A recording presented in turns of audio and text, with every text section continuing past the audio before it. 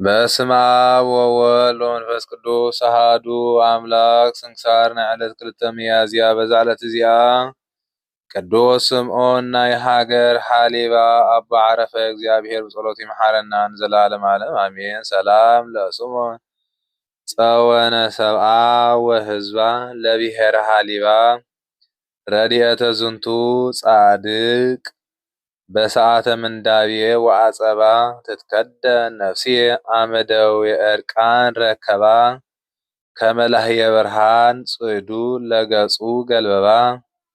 በዛ ዕለት እዚኣ እቲ ገጹ ገጽ ከልቢ ዝመስል ክርስቶፎሮስ ሰማዕትነት ተቐበለ። እዚ ቅዱስ እዚ ካብ ሃገር በላዕቲ ሰብን አኽላባትን እዩ። አብኡ ብኢድ ቅዱስ ማትያስ ሐዋርያ ዝአመነ እዩ። ኣብ ኩናት ተማረኸ። ምስ ማረኽዎ እቲ ቋንቆም ኣይፈልጦን ነበረ። ናብ እግዚአብሔር ለመነ። ምስጋና ንዑ ይኹን። ምስ ለመነ ካብ አፉ ተኸፍተ እሞ ብቋንቋ ናይቶም ዝማረኽዎ ተዛረበ። ነቶም ንክርስቲያን ዘሸግርዎም ዝነበሩ ገሰጾም። ናይቲ ከተማ ገዛኢ ከዓ ዓብይ መቕጻዕቲ ቀጽዖ ሳቀዮን። እዚ ቅዱስ ከዓ ናይ ጎይታ ኢየሱስ ክርስቶስ ትእዛዝ እንተዘይኮይኑ ከተዓጉስኒ ክተብሉኒ ንሓይለይ ክትሕዝዋ ኣይትኽእሉን ኢኹም።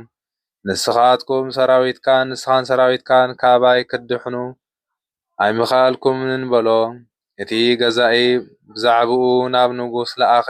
ብዛዕብኡ ዝኾነ ኩሉ ከዓ ነገሮ።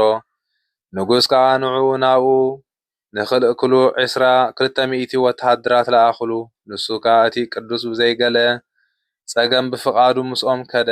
ክኸዱ ከለዉ ኣብ ኢዱ በትሪ ነበረቶ። ጸለየ እሞ እታ በትሪ ከዓ ሽዑ ጠጢዓ ጨብጭባ ቆጽሊ ኣውፂኣ ዓንበበት። ዝብላዕ እንጌራ ምስኣኑ ናብ እግዚአብሔር ለመነ።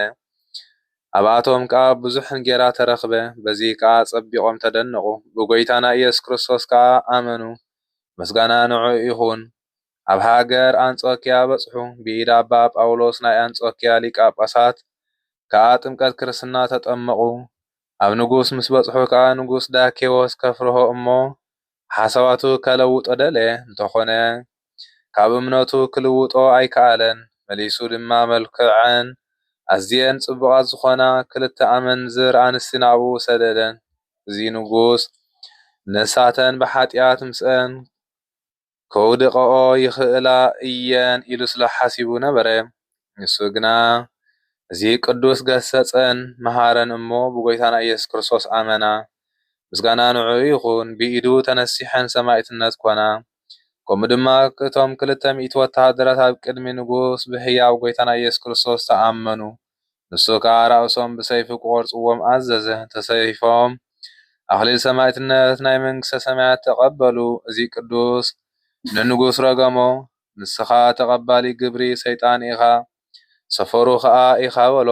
እቲ ንጉስ ተቖጥዐ። ኣብ ዓብይ ቁራዕ እትዮም ኣብ ትሕቲኡ ሓዊ ከኣጉድሎ ኣዘዘ። ከምኡ ገይሮም ድማ ኣሳቀይዎ። ንዑ ካብቲ ጥፍኣት መከራ ወላ ሓንቲ ኣይተንከፎን። ነቶም ህዝቢ ግና መመሊሱ ይምህሮም ነበረ። እቶም ነዚ ዝረአዩ ከዓ ኣዝዮም ተደነቑ። ብጎይታና ኢየሱስ ክርስቶስ ከዓ ኣመኑ። ምስጋና ንዑ ይኹን። ናብታ ዘእተውዎ ቁራዕ ንኸውፅእዎ ኢሎም ቀረቡ እሞ ንጉስ ግና ራእሶም ብሰይፊ ክቖርጽዎም ኣዘዘ። ተሰይፎም ድማ ኣኽሊል ሰማዕትነት ተቐበሉ። መሊሱ እዚ ንጉስ ንቅዱስ ክርስቶፎሮስ ኣብ ክሳዱ ዓብይ እምኒ ሰቒሎም ኣብ ጉድጓድ ክድርብይዎ ኣዘዘ። ከምኡ ድማ ገበሩ። መልአክ እግዚአብሔር ከዓ ካብቲ ጉድጓድ ብጥዑዩ ብዘይገለ ጉድለት ኣውፅኦ። ብምስቃዩ ምስ ደኸመ ርእሱ ብሰይፊ ክቖርጽዎ ኣዘዘ። ተሰይፉ ድማ ኣብ መንግሥተ ሰማያት ናይ ሰማዕትነት ኣኽሊል ተቐበለ። እግዚአብሔር በጸሎቱ ይምሐረና ዘለዓለም ዓለም አሜን። ሰላም ለክርስቶፎሮስ ዘተጸወወ በጸብ በውስተ ሃገሩ ዘአምነ በትምህርተ ማትያስ ረድ በህየ ተሰቅለ በእንተ ክርስቶስ እግዚ ወሰላም ለእለሞቱ ምስሌሁ በስን ክልኤቲ አንስ ወአምአት ሰብ። በዛ ዕለት እዚኣ ንመላሊኤል ወዲ ቃይናን መዘከርቱ እያ። መላሊኤል 165 ዓመት ምስ ገበረ ንያሬድ ወለዶ። ድሕሪኡ ከዓ 730 ዓመት ገበረ።